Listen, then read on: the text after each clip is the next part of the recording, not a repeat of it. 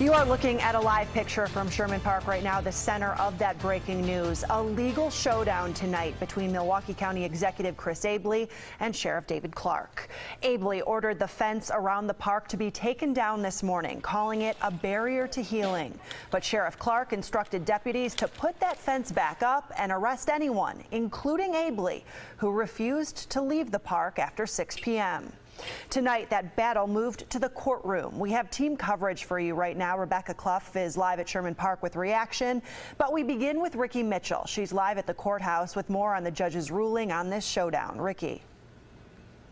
Well, Katie, in a special court session held here tonight at the Criminal Justice Facility, a judge ordered a temporary restraining order against Sheriff David Clark, saying that he has to stop impeding the public's access to Sherman Park.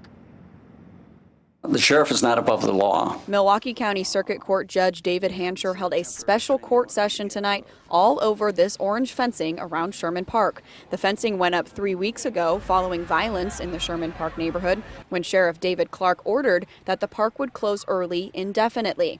Then at about 6 this morning, the county executive took the fence down and said the park would resume its normal hours. But about 8 hours later, the fence went back up at the request of Sheriff Clark. They have a right to do so. They have a right to walk their dogs through the park.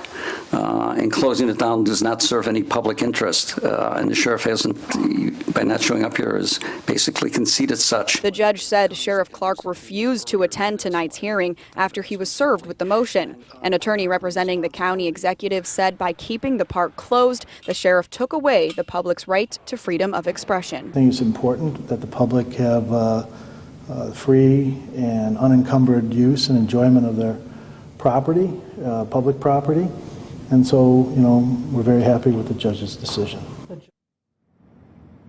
Now, again, this is just a temporary restraining order, so that means there's another hearing scheduled on Wednesday when this will be discussed again. Until then, though, the park will remain open until 10 p.m., which is the normal closing hour, and that fencing must come down around the park, and the sheriff's office cannot put up any replacement fencing once it comes down. Reporting live from downtown Milwaukee, Ricky Mitchell, today's TMJ4. All right, thanks for that report, Ricky.